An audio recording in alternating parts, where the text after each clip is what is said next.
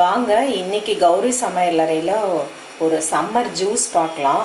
Watermelon இல்லாத சம்மரை நம்ம பார்க்க முடியாது. இது ரொம்ப நல்லாயிருக்கும் சம்மரில் இது சாப்பிட்றது. இது எப்படி இதை கட் பண்ணுறது, எப்படி ஸ்டோர் பண்ணுறது, அப்புறம் இதை வேறு கொஞ்சம் ஃப்ளேவர்ஸ் ஆட் பண்ணி எப்படி ஜூஸ் பண்ணுறதுன்னு இந்த வீடியோவில் பார்க்கலாம். 3 கிளாஸ் ஜூஸ் வரும். இந்த கோசாப்பழ ஜூஸ் போடுறதுக்கு முந்தி இதை எப்படி கட் பண்ணுறதுன்னு பார்க்கலாம். கோசாப்பழம் நல்லா பெருசாக வரும். இப்போல்லாம் 2 பேர் 3 பேர் தான் இருக்கும். நான் சின்ன சைஸ் தான் வாங்கிட்டு வந்திருக்கேன். இருந்தாலும் இது ஃப்ரிட்ஜில் எப்படி ஸ்டோர் பண்ணுறதுன்னு நிறைய பேர்த்துக்கு இடம் பத்துறதில்ல. அதுக்காக இந்த வீடியோ போடுறேன். இந்த மாதிரி 2ஆக கட் பண்ணிக்கோங்க கோசாப்பழத்தை. அதுக்கப்புறம் இப்படி கமுத்தி வச்சுட்டு இப்படி மேலே கட் பண்ணிட்டிங்கன்னா இப்படி பிடிக்கிறதுக்கு வாகம் இருக்கும் உங்களுக்கு. அப்புறம் சுற்றியும் இந்த மாதிரி கட் பண்ணிக்கோங்க.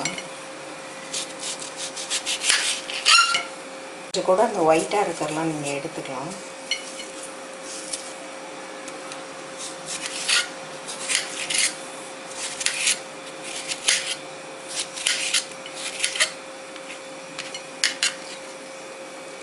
இப்போ நீங்கள் ஈஸியாக பீஸ் போட்டுக்கலாம்.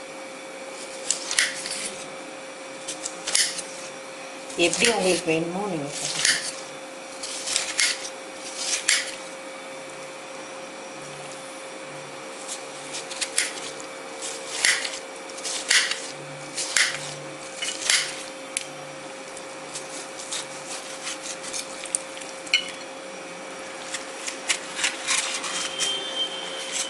இந்த மாதிரி நீங்கள் ஈஸியாக க்யூப்ஸாக வந்துடும். ஒரு கப்பில் போட்டு ஸ்போர்ட் வச்சு சாப்பிட்றதுக்கு ஈஸியாக இருக்கும். மீடியமான பழம்தான். இதுவே இவ்வளோ வந்திருக்கு. இந்த மாதிரி க்யூப்ஸ் பண்ணிவிட்டு நீங்கள் இந்த மாதிரி பிளாஸ்டிக் கண்டெய்னரில் எவ்வளோ வருதோ, கொஞ்சம் ஃப்ளாட்டாக இருக்க கண்டெய்னர்னால் கொஞ்சம் ஈஸியாக ஃப்ரிட்ஜில் இடம் பிடிக்கும்.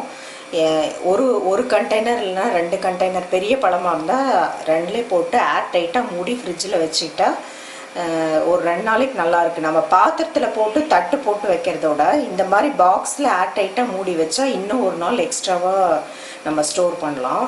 இந்த பழம் நீங்கள் சாப்பிட்டு பாருங்கள். ஸ்வீட்டாக இருந்தால் நீங்கள் அப்படியே சாப்பிட்டுக்கலாம். சில பழம் ஸ்வீட்டே இருக்காது, ரொம்ப சப்புன்னு இருக்கும்.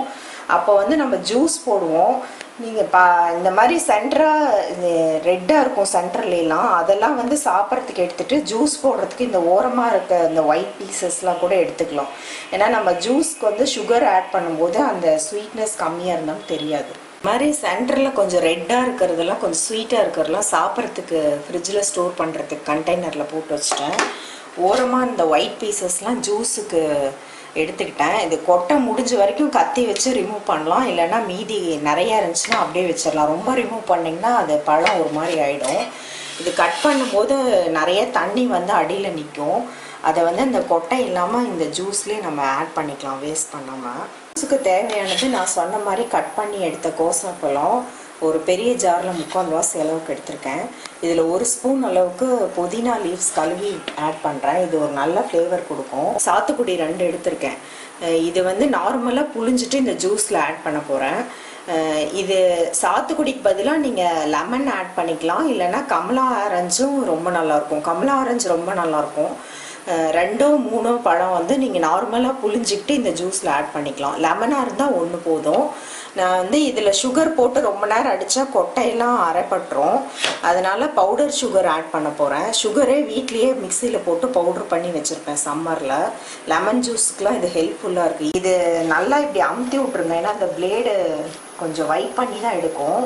கொட்டை அரையாத மாதிரி பழம் மட்டும் வைப் பண்ணி எடுத்துக்கலாம். கிரேப்ஸ் நல்லா கழுவிட்டு, பிளாக் கிரேப்ஸ் கூட நீங்கள் எடுத்துக்கலாம். சீட்லெஸ் கிரேப்ஸ் எது வேணால் கழுவிட்டு இதை ஃப்ரீசரில் வச்சு ஃப்ரீஸ் பண்ணி வச்சுருக்கேன். வடிகட்டுற பாத்திரத்தில் ஒரு 4 டேபிள் ஸ்பூன் சுகர் போடுறேன்.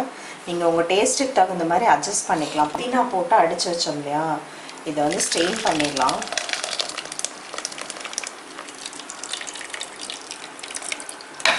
இந்த அளவுக்கு நல்லா தேய்ச்சி விட்டிங்கன்னா ஒரு ஸ்பூன் வச்சு நல்லா வடிஞ்சிரும். சும்மா ஒரு 1/4 டம்ளர் மட்டும் மிக்சியை கழுவி ஊற்றிக்கலாம். இதுவே ஒரு வாட்டரி ஃப்ரூட் தான், அதனால தண்ணி ஜாஸ்தி தேவைப்படாது. நல்லா ஸ்பூன் வச்சு நல்லா தேய்ச்சி விட்டிங்கன்னா ஜூஸ்லாம் நல்லா வடிகட்டி இறங்கிடும். ஆரஞ்சு நான் நார்மலாக ஆரஞ்சு ஜூஸரில் போட்டு புழிஞ்சு வச்சுருக்கேன். இது இப்படியே ஆட் பண்ணுறேன். ஒரு நிமிஷம் கலந்ததுலேயே பவுடர் சுகர்னால நல்லா மெல்ட் ஆகிடுச்சு. டேஸ்ட் பண்ணி பார்த்ததுல கரெக்டாக இருக்குது. நீங்கள் சுகர்லாம் அட்ஜஸ்ட் பண்ணிக்கோங்க பழத்தோட டேஸ்ட்டை பொறுத்து. லெமன் ஜூஸ் ஆட் பண்ணிங்கன்னா சுகர் கொஞ்சம் அதிகமாக தேவைப்படும். லெமன், கமலா ஆரஞ்சு இல்லைன்னா சாத்துக்குடி, இது மூணுமே இதுக்கு நல்லாயிருக்கும். இப்போ இதை நல்லா ஃப்ரிட்ஜில் வச்சுட்டு அப்புறமா கூல் ஆனதுக்கப்புறம் சர்வ் பண்ணுறேன். ஒரு மணி நேரம் ஃப்ரீஸ் ஆச்சுன்னா கெட்டி ஆகிடும். அப்புறமா கட் பண்ணிங்கன்னா நீட்டாக வந்துடும். இந்த மாதிரி ரவுண்டாக கட் பண்ணி வச்சுருக்கேன் இந்த கிரேப்ஸை. ஜூஸும் நல்லா ஃப்ரிட்ஜில் ஜில்லுன்னு ஆகிடுச்சு. ஜூஸ் சர்வ் பண்ணுற டம்ளர் வந்து ஃப்ரீசரில் ஒரு 10 நிமிஷம் வச்சிங்கன்னா இந்த மாதிரி சில்லுன்னு ஆகிடும். ப்ளெயின் டம்ளராக அப்புறமா நீங்கள் சர்வ் பண்ணலாம். இதில் இந்த ஜூஸை நல்லா மிக்ஸ் பண்ணிவிட்டு ஊற்றிக்கலாம். கோசாப்பழம் நம்ம வாங்குவோம், சில பழம் ஸ்வீட்டே இருக்காது, அது என்ன பண்ணுறதுன்னு தெரியாது. அந்த டைமில் இந்த மாதிரி நீங்கள் ஜூஸ் பண்ணலாம். இல்லை யாராவது கெஸ்ட் வராங்க கெட் டுகெதர்னால் இந்த மாதிரி பண்ணிங்கன்னா லைக் பண்ணுவாங்க. இப்போ இந்த கட் பண்ணி வச்ச ஃப்ரீஸ் ஆன கிரேப்ஸை வந்து இது மேலே போட்டுடலாம்.